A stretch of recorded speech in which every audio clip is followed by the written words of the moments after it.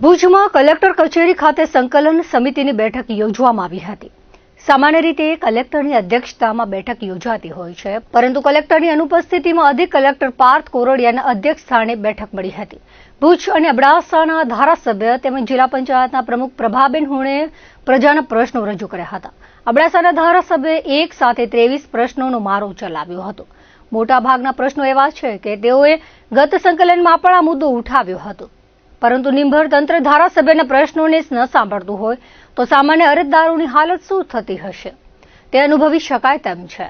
આ સિવાય ભુજના ધારાસભ્ય કેશુભાઈ પટેલે શહેર અને તાલુકાના વિસ્તારમાં રસ્તાના કામો, પાણી, વીજળી, સિંચાઈ સહિતના પ્રશ્નો રજૂ કર્યા હતા। અબડાસાના ધારાસભ્ય પ્રદ્યુમનસિંહ જાડેજાએ અગાઉથી જ સંકલનના પ્રશ્નો બાબતે કલેક્ટરનું લેખિતમાં ધ્યાન દોર્યું હતું। ખાસ કરીને તેમણે નખત્રાણામાં ટાઉન હોલની કામગીરી ક્યારે પૂરી થશે, દયાપર કોલેજનું ખાતમુહૂર્ત થયું છે, પરંતુ કામ હજુ સુધી શરૂ થયું નથી। નખત્રાણામાં જામરી અને તલ અને લૈયારી ડેમની કામગીરી વિલંબમાં કેમ છે? મોટા ધાવડા ગામમાં નમૂના નંબર 6ની હકપત્રકની બુકો ગુમ છે। અગાઉ જિલ્લા સંકલનમાં પ્રશ્ન પૂછ્યો હતો, મામલતદારે રજૂઆત કરી છે, છતાં કોઈ કામગીરી થઈ નથી। કાર્યવાહી કરવા માંગો છો કે નહીં તેવો સ્પષ્ટ સવાલ તંત્રને પૂછી લીધો હતો। આ ઉપરાંત નખત્રાણા બાયપાસ 3 વર્ષ પહેલા મંજૂર થઈ ગયો છે। મુખ્યમંત્રીએ ખાતમુહૂર્ત કર્યું છે, છતાં કામ શરૂ થયું નથી।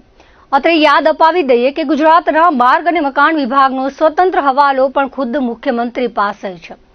આ સિવાય ગજણસર ગામનું રેવન્યુ રેકર્ડ લૂંટબાય પંચાયતમાંથી રદ કરી અમારા ગ્રામ પંચાયતમાં દાખલ કરવા બાબતે પણ કોઈ કામગીરી થઈ નથી। ભુજમાં બહુમાળી ભવન પાસે રજિસ્ટર્ડ કચેરીની રેકર્ડ શાખામાં ચાલુ દિવસોમાં પણ 2 કલાક માટે ચોથા વર્ગના એક કર્મચારી હાજર રહે છે।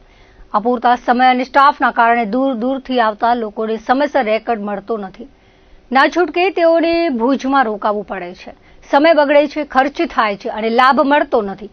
ખરેખર અહીં સ્ટાફ મૂકો, તેમજ આવી જ હાલત કલેક્ટર કચેરીની દફતર અને રેકર્ડ શાખાની છે તો નખત્રાણામાં લીફરી ફાટકથી નવાવાસ રવાપર લક્ષ્મીપર રોડ નવો બની ગયો છે, જે રોડ વર્ષોથી ડામર રોડ ચાલુ છે, પણ કોઈ ખેડૂત ચાલવા દેતા નથી। હકીકતમાં રોડ ખેડૂતની માલિકીની જમીનમાંથી પસાર થાય છે।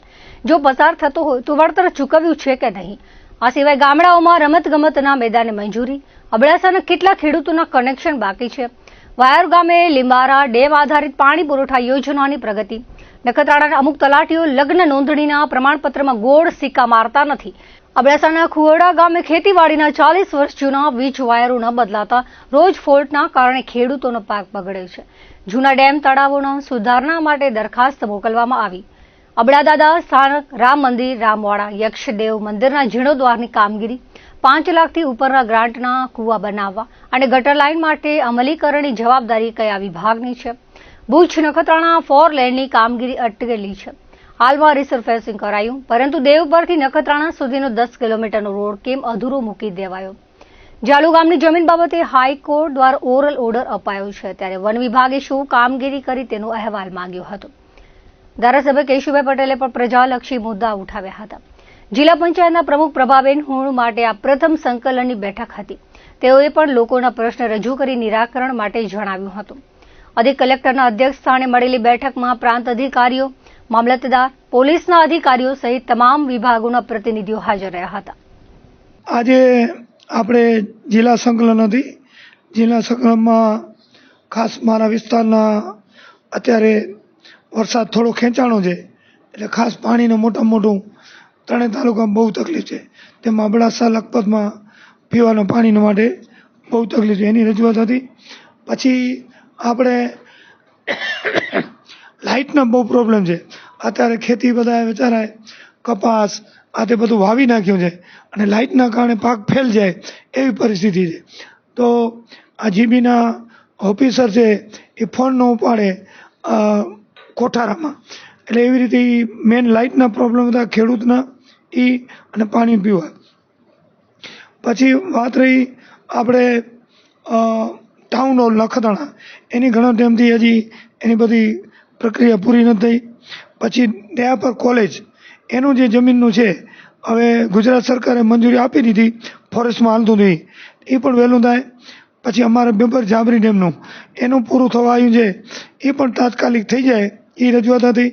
પછી આપણે ધાવડા 6 હકપત્રો ઘણો ટાઈમથી ખોઈ ગયા છે, તો એના માટે ખાસ રજૂઆત હતી. બીજી રજૂઆત ખાસ રવા પર નવાવાસમાં રોડ તૈયાર થઈ ગયો છે પણ એ હાલવા નથી દીધા. તો એનું શું કારણ? કારણ કે બીજી વાર ડામર થયો 40 વર્ષ પહેલાં થયેલા, તો એ ખાસ હાલવા દે એની પણ રજૂઆત હતી. એના પછી અત્યારે જે ચોમાસાની સિઝન આવે છે તો પશુઓને એને જે રસી નીતિ નિયમો દેવો જોઈએ એ પણ ટાઈમસર એને આપી દે એની રજૂઆત છે.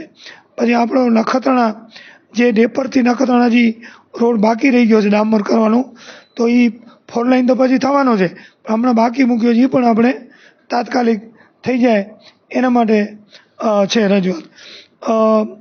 પછી આપણે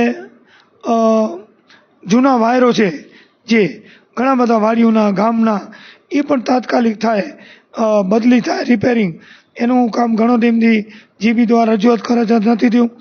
પછી આપણે જે જખપંતેરનો મેળા થાય છે એનું મંદિરનું જે આપણે સરકાર લીધું છે તો એનું ક્યાં પહોંચી રજૂઆત. પછી રામપર અબડા દાદાનું મંદિર એના માટે જે રજૂઆત છે એ ક્યાં પહોંચ્યું. એટલે આ બધા પિંગલેસરનું હતું, આ બધા ખાસ રજૂઆતો આજે.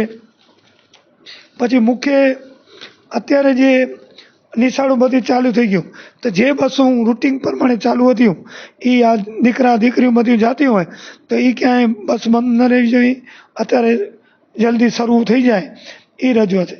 પછી વાત રહી ટ્રેન રાહત ભાવે, એ અમને આપે તો અમારા અબડાસા વિસ્તારના દાતાઓ ઘણા છે ઘાસ માટે, તો એ ઘાસ માટે રાહત ભાવે ટ્રેન આપે ભાડામાં, તો એ દાતાઓ ઘાસ પોતાના ખર્ચે લઈ આવે એમ છે. તો આ બધી આજે ખાસ સંકલનમાં આ બધા મુદ્દા હતા અને આજે રજૂઆત કરી છે.